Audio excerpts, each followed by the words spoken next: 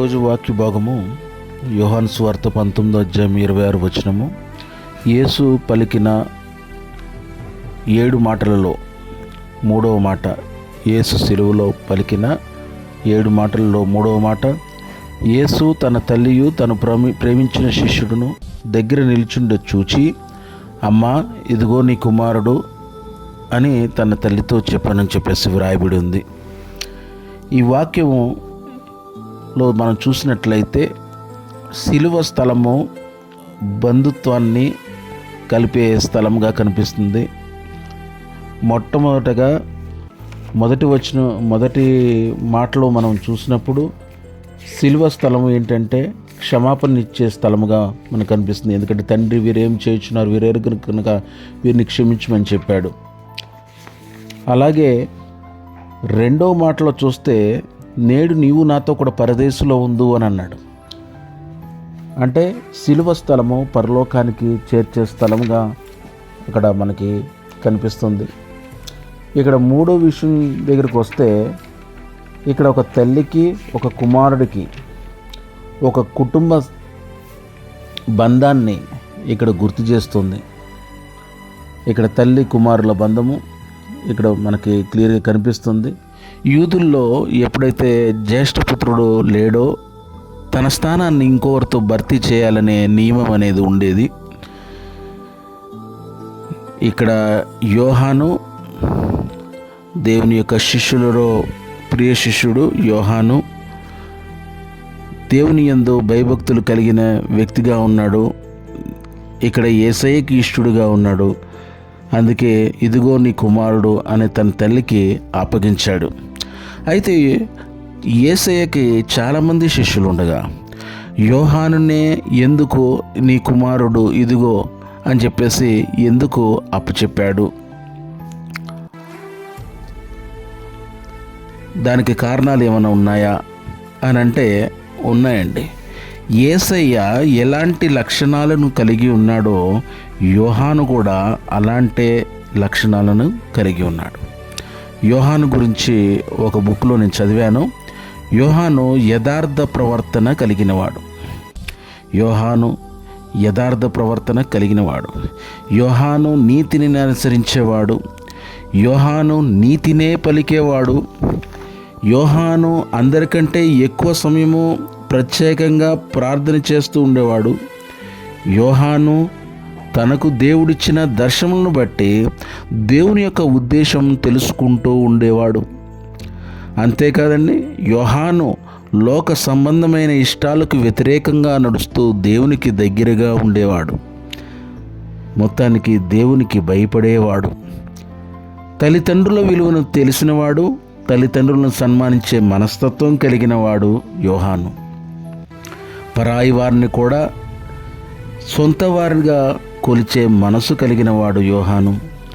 పరిశుద్ధాత్మ కలిగినవాడు యోహాను. మారు మనసు పొంది రక్షణ పొందినవాడు యోహాను. ధర్మశాస్త్రము నెరిగి దాని ప్రకారంగా జీవించేవాడు యోహాను. స్వస్థ వరం కలిగి అనేకులను స్వస్థపరిచినవాడు యోహాను. సమాజ మందిరములో వాక్యమును బోధించినవాడు. యేసు వంటి మరొక కుమారుడు దొరకడేమోనని చెప్పేసి తల్లి అభిప్రాయపడిందండి. ఎన్ని లక్షణాలున్న కుమారుడు దొరకడని అనుకుంది. కానీ దేవునికి తెలుసు, యేసయ్యకి తెలుసు ఎవరి మనసులో ఏముందో, ఎవరు ఎలాంటి వాళ్ళో, ఎవరు ఎలా జీవిస్తున్నారనేది. కాబట్టి తల్లి లోటును తనతో సరి సమానమైన లక్షణాలున్న యోహానుని కుమారుడుగా తల్లికి అప్పచెప్పి ఆ లోటుని ఇక్కడ పూడ్చాడండి. హల్లెలూయా. ఆ లోటుని, తల్లికి ఉన్న లోటుని పూడ్చాడు. ఎందుకంటే తల్లికి ఆమె కన్యకై గర్భమున కుమారుని కలిగినప్పుడు యూదుల రాజు నీకు పుడుతున్నాడు, అనేక మందిని రక్షకుడు వస్తున్నాడు, రక్షకుడు పుడుతున్నాడు, అభిషక్తుడు పుడుతున్నాడు, అనేక మందిని ఆయన తట్టు తిప్పుతాడు అని చెప్పేసి ఎన్నో మంచి మాటలు అప్పుడు ఆ టైంలో విన్నది. ఆ కోరికలన్నీ ఇలాగా నిరాశగా ఉండిపోవాల్సిందేనా? అవన్నీ కల కింద ఉండిపోవాల్సిందేనా? ఇవి ఎప్పుడు నెరవేరుతాయి? ఈయన సడన్గా వెళ్ళిపోతే ఎవరు అద్భుతాలు చేస్తారు? ఎవరు ఆశ్చర్యకార్యాలు చేస్తారు? ఎవరు దర్శనాలు పొందుతారు? అలాంటి వారు ఎక్కడా కనిపించట్లేదే అని చెప్పేసి ఒక లోటును కలిగి ఉందండి తల్లి. ఆ లోటుని గమనించి ఆ తల్లి లోటుని యోహానుతో భర్తీ చేస్తున్నాడు. ఆ తల్లికి ఉన్న కుమారుని లోటుని యోహానుతో భర్తీ చేస్తున్నాడు.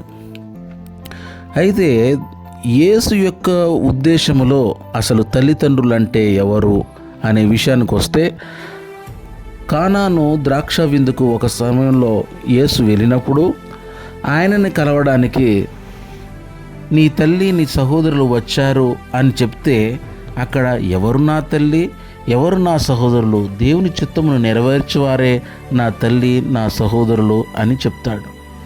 ఈ మాటకి చాలామంది ఆశ్చర్యపడతారు. ఆయనకు ఉద్దేశం ఏంటంటే, ఆయన పరలోకం నుంచి వచ్చాడు, ఆయనలో ఒక ఆత్మ ఉంది. ఆత్మ ఎలా నడిపిస్తుందంటే పరలోకం నుండి వచ్చిన వాడిగా నడిపిస్తుంది. భూలోకంలో పుట్టినవాడుగా యోసేపు మరియకు పుట్టినవాడుగా ఆ ఆత్మ లేదు. ఎంతసేపు నువ్వు ఎక్కడి నుంచి వచ్చావంటే నేను పైనుండి వచ్చాను, ఎక్కడి నుంచి వచ్చావంటే పైనుండి వచ్చాను, నీది ఏ రాజ్యం అంటే నాది వేరే రాజ్యము, ఇలా మాట్లాడడం జరుగుతూ ఉంది. యేసు కుటుంబానికి చాలా ప్రాధాన్యత ఇచ్చాడు. తల్లిదండ్రులు పిల్లలకు విధేయులై ఉండాలని, పిల్లలు తల్లిదండ్రులకు లోబడి ఉండాలని చాలా చోట్ల మరణం వేరు చేసిన తర్వాత కూడా యేసు వారిని తిరిగి వారికి అప్పగించిన సందర్భాలు మనం చూస్తున్నాం. అయితే